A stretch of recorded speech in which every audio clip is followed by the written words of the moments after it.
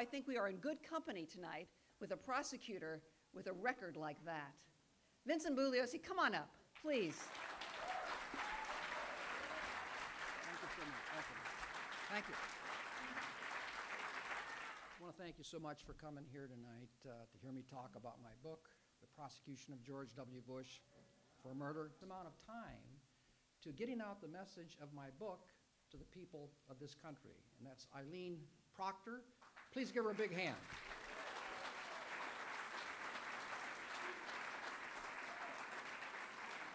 Busy since the book came out. In my book, The Prosecution of George W. Bush for Murder, I present evidence that proves beyond all reasonable doubt that George Bush took this nation to war on a lie, under false pretenses, and therefore under the law. He is guilty of murder for the deaths of over 4,000 young American soldiers who died so far in his war.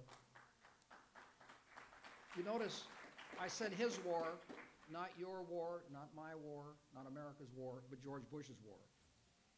Now, I realize, I'm fully aware that the charge I've just made is an extremely serious one, but if there's one thing about me that I do take pride in, I never, ever, ever make a charge without making or offering a substantial amount of support for that charge. You may end up disagreeing with what I say, but you're going to be forced to concede, or you're going to have to concede, that I offer much evidence in support of my position, something that people don't always do. I assume that most of you folks here tonight are Democrats. I think you are, and therefore most of the things I'll be saying tonight, you'll be partial to what I'm saying. But C-SPAN is also televising this. I think it's going to be taped. It'll be shown 3-4 days from now. In any event, there'll be people watching on C-SPAN who may not be partial to what I'm saying. So therefore, my remarks tonight are going to be delivered as if I were speaking to a more politically diverse audience, not just the people here in this room. I have long believed that most humans only see what they expect to see, what they want to see, what conventional wisdom tells them to see, not what is right in front of them in its pristine condition. In other words, they only hear the music, not the lyrics of human events. And in this regard, if any of you find it intellectually incongruous and therefore difficult to accept that a president of the United States could do what I say George Bush did, because, well, one would never expect the United States president to do such a thing, in other words, seeing what you expect to see, I say that you will be falling into the same unthinking trap that so many humans do. You have to disabuse yourself of any preconceived notion that you may have that just because George Bush is the president of the United States, he is simply incapable of engaging in conduct that smacks of such great criminality. Because if you take that position, a position that has no foundation in logic, you're not going to be as receptive to the evidence that I present or the common sense inferences I draw from that evidence.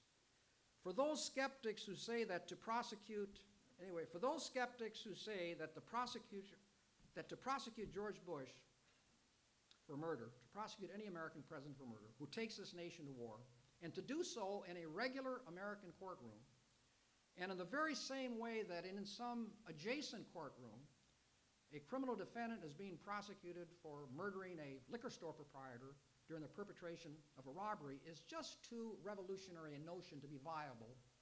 I say this: since a regular courtroom is the only place a president such as Bush can be prosecuted for murder, you therefore, if you take that position, if you maintain that position, you must be willing to say then that if a president takes this nation to war under false pretenses, even those hypothetically as base as for his own personal gain, and thousands of Americans get killed, 50 million Americans are killed, other than removing him from office through the impeachment process, he should be completely immune from all criminal responsibility and punishment, not even one day in the county jail, and should be able to go on with his life.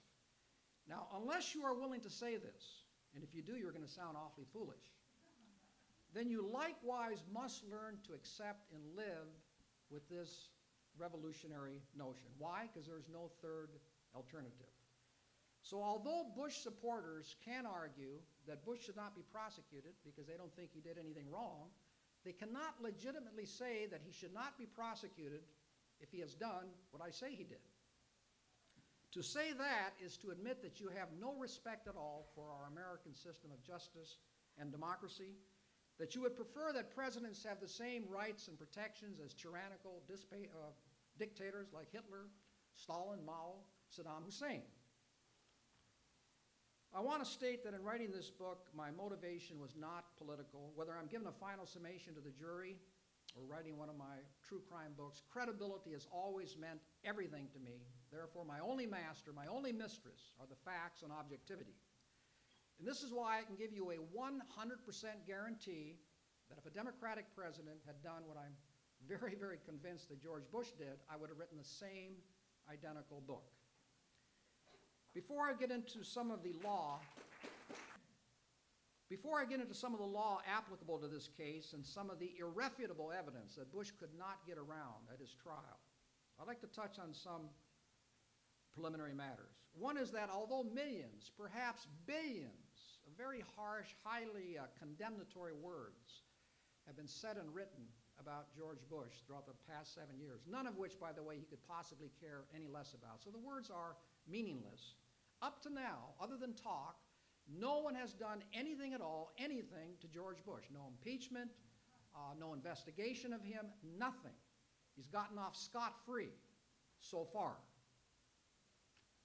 But in my book, I put together a legal case against Bush that could result in his being prosecuted for first-degree murder in an American courtroom.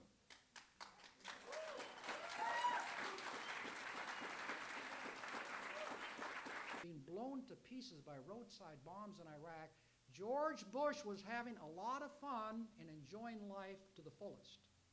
I'm talking about running, bicycling, joking with friends, slapping backs, dancing and swiveling his hips like Elvis to blaring music, eating his blueberry pie and hot dogs, almost always seeming to be in the very best of good spirits. Oh, I know that the White House press people say he takes the loss of American lives hard and he suffers.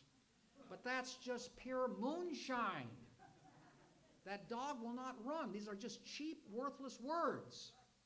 Suffering on one hand and having fun, joking around, and enjoying life on the other are simply incompatible. They cannot coexist. They are mutually exclusive. No one has to take my word for this, or the photos in the book which show Bush having a ball throughout the war. Bush himself has had no hesitancy at all in saying things like this over and over again. And while I'm quoting Bush, I'm going to give you a couple quotes of his. I want you to try to imagine in your wildest imagination Roosevelt, Truman, LBJ, Nixon, during their respective wars, saying things like this. And also, while I'm quoting George Bush's words, I want you to realize, as I'm sure you do, the horror, the sea of blood, the screams that were going on at the very same time that he's uttering these words. Here's Bush. Laura and I are having the time of our lives. It's going to be a perfect day. I'm in a great mood. I'm feeling pretty good about life. With respect to George Bush's remark at a December 2007 White House press conference that he was feeling pretty good about life, here's someone whose war has cost this nation over $1 trillion so far with no end in sight, literally destroyed or virtually destroyed the entire nation of Iraq, and most importantly by far, and it bears repeating, he's directly responsible for over 100,000 precious human beings dying horrible, violent deaths, yet he says he's feeling pretty good about his life? It's too unbelievable for words. In March of 2005, right in the midst of the Iraq War, Mark McKinnon, a biking friend of Bush, known him for years. In fact, he was Bush's chief media strategist during Bush's 2004 re-election campaign. Here's what Mark McKinnon told the New York Times about Bush, right in the middle of the war. Quote, "He's as calm and relaxed and happy as I've ever seen him.